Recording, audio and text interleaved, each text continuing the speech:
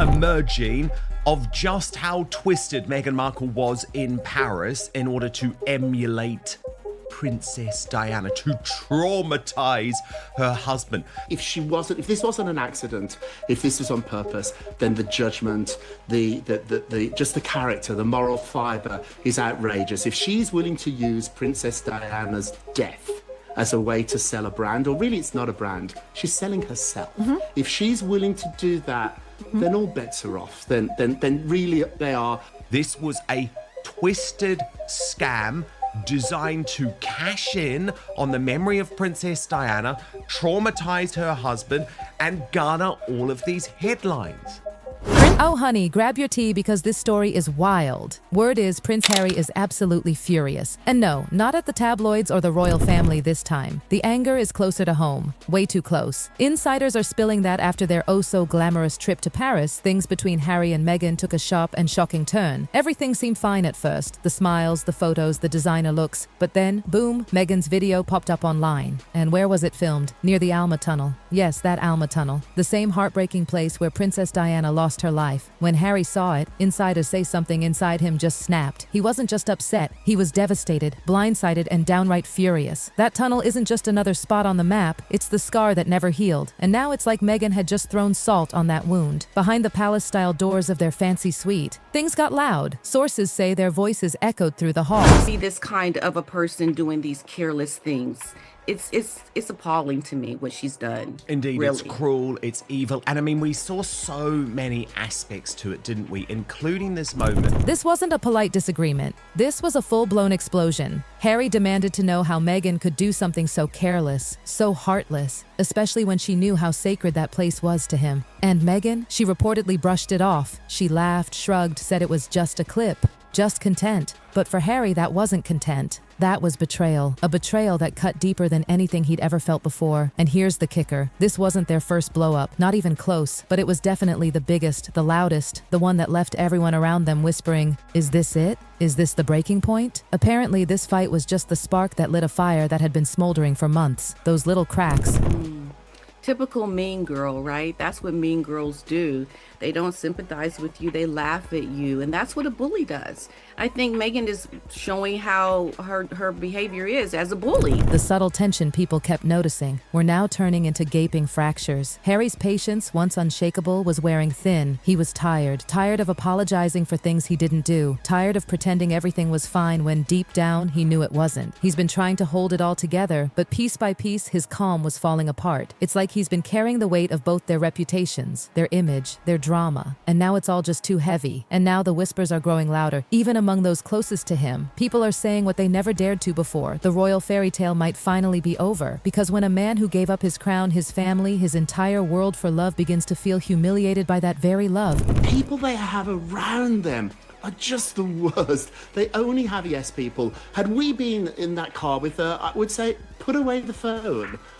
No, don't post that. And we probably would have said, don't go this way. I don't want photographs of her limo going past that tunnel. There are many, many ways to get around. Well, that's when the ending starts to write itself. It all started with one video, one shocking, almost unbelievable video. Meghan Markle, smiling as she drove through the Alma Tunnel in Paris, the very place where Diana's life was cut short. You could practically feel the world holding its breath. To most people, it might have just looked like a regular travel vlog, nothing special. But for Meghan, the wife of Prince Harry, this was so much more than a simple video. It was like walking right into the heart of Harry's deepest pain. At first, people were confused. Was it a coincidence? I think she's evil. I think she's evil. I think you might be right.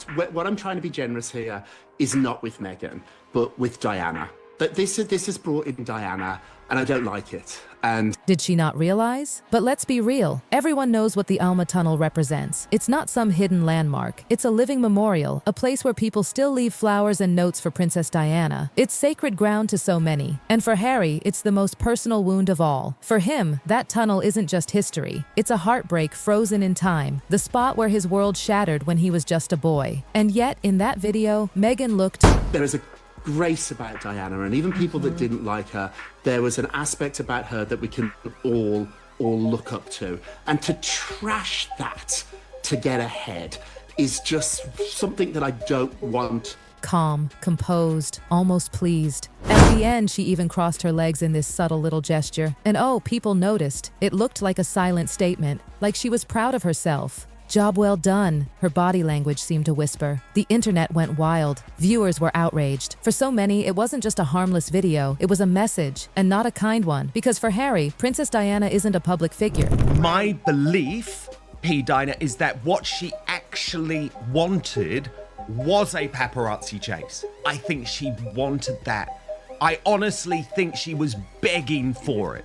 And the fact that it didn't happen is a disappointment to her, hence why the Instagram video then happened. She's his mother, his heart, his greatest loss. So imagine what it felt like for him to see that sacred grief turned into, well, content. She's his mother, his grief, his very heartbeat. And now it felt like that sacred pain had become a show for the world to consume. Close friends say Harry's anger was simmering just beneath the surface, ready to erupt. He wasn't just upset, he was exhausted. Exhausted from cleaning up after Meghan's missteps, from defending her when the world criticized her, from apologizing for things he didn't even agree with. He's been standing by her, quietly watching his instincts scream that something is off. And now everyone can see it too. Harry knows exactly what people are saying. He feels it in every headline, every snide comment online, every awkward stare when they walk into a room. The world no longer sees a prince fighting for love. They see a man trapped by it.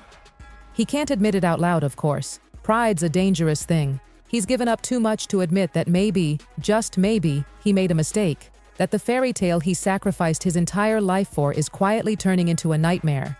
And yet, he keeps pretending, keeps smiling, keeps saying everything's fine. But behind that smile, he's falling apart. So, he stays quiet, acts normal, pretends that the world isn't crumbling behind those palace walls. But deep inside, there's a storm brewing, fierce and uncontrollable. He's humiliated that the woman he's protected so fiercely could turn his mother's death into a backdrop. But it's not just anger, it's heartbreak. Because Harry's not a cold man. He's loyal, emotional, protective, maybe too protective, especially of those he loves. And now, the one person he thought understood him completely doesn't seem to at all. And then came Meghan's next move. And oh, this one stunned everyone. Instead of apologizing or even showing the slightest bit of regret, she flipped the script. She told people that the tunnel video wasn't disrespectful. It was therapeutic. Yes, you heard that right.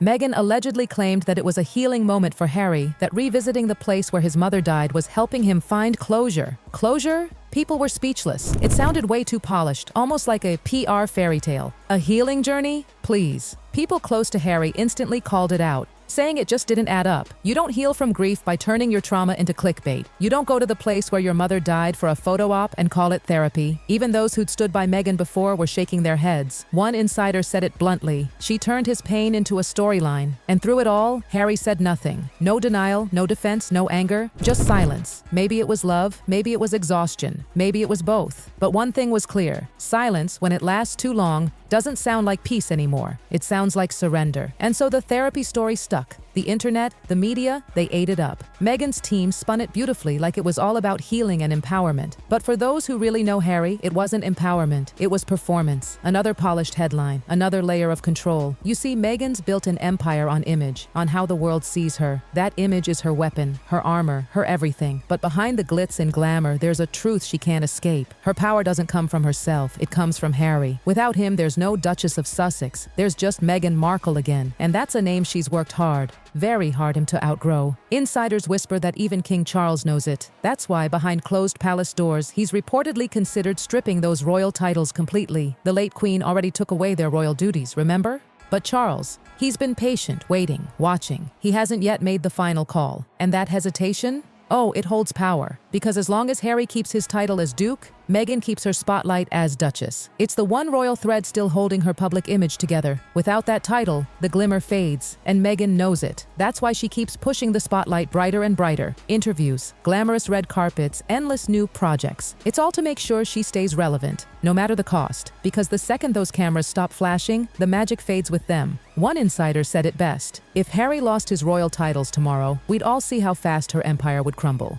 It's a power game disguised as love, a royal partnership wrapped in celebrity drama. One man still clinging to the love he fought so hard for, and one woman clinging to the fame that love gave her. In public, Harry still plays his role. Smiles for the press, stands beside her, nods on cue. But behind those perfect smiles, he's breaking. Behind that calm face, those close to Harry say he's falling apart. Emotionally, mentally, He's drained. It's headline after headline, scandal after scandal, apology after apology, and none of it is for his mistakes.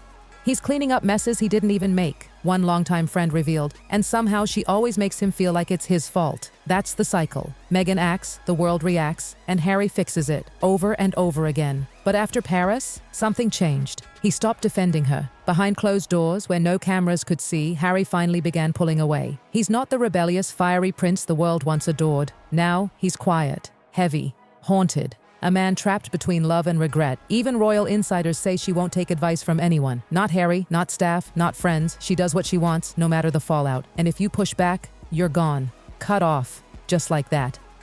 So instead of fighting outsiders, the battle's now inside their home. The same man who once turned against his entire family to defend Meghan is now quietly stepping back from her, step by painful step. He walked into it once for love, believing there'd be light on the other side, but instead, all he found was darkness. The kind of darkness that appears when love turns to denial, when truth gets buried beneath the performance, when devotion becomes a chain instead of a choice. At every public event, he still wears the same mask. The charming prince, the loyal husband, the supportive partner. But his eyes, they tell another story. A story of a man realizing that freedom doesn't come from running away from his past, and it comes from facing it, and that's the tragedy of it all. Because for Harry, the truth is something he no longer feels safe enough to speak aloud. The fairy tale didn't end in happily ever after, it ended in silence. Now, as they walk the red carpets, smiling for the cameras, everyone can see it. The cracks aren't just cracks anymore. They're fractures, deep, painful, irreversible fractures. The man who once gave up a kingdom for love is now standing in the ruins of both love and legacy. And somewhere, deep down, beneath all the noise, all the rumors, all the heartbreak, Harry knows it. Because the saddest stories aren't the ones that end in betrayal or scandal. They're the ones that end quietly, with a silence that says everything words never could.